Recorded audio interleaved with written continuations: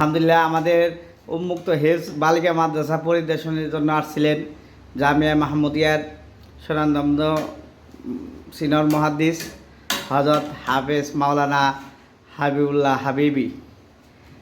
হযরত হাফেজ মাওলানা হাবিবুল্লাহ এই মুহূর্তে হযরত আমাদের মাদ্রাসার দিক নির্দেশনামূলক কিছু বলবেন।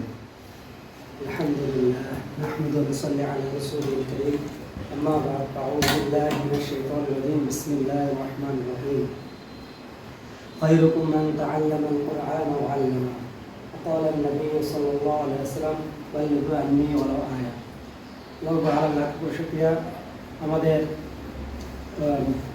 এই মাদ্রাসার মোতাবেক হযরত মাওলানা শাইখুল হাদিস মুফতি শাহুল ইসলাম শিয়া সাহেব অত্যন্ত পরিশ্রম করে এই মাদ্রাসাটি আমাদের এই দেওয়ার বুকের মধ্যে প্রতিষ্ঠিত করছে।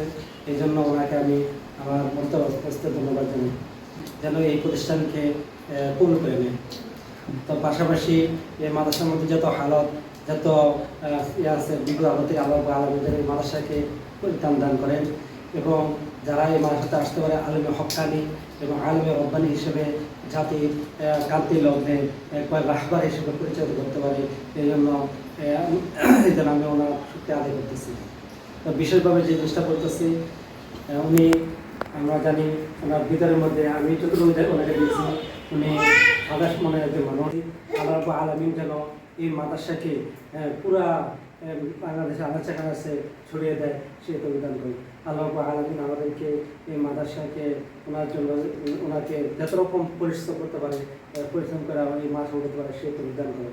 وآخر دعوانا الحمد لله رب العالمين السلام عليكم وما علينا إلا البلاغ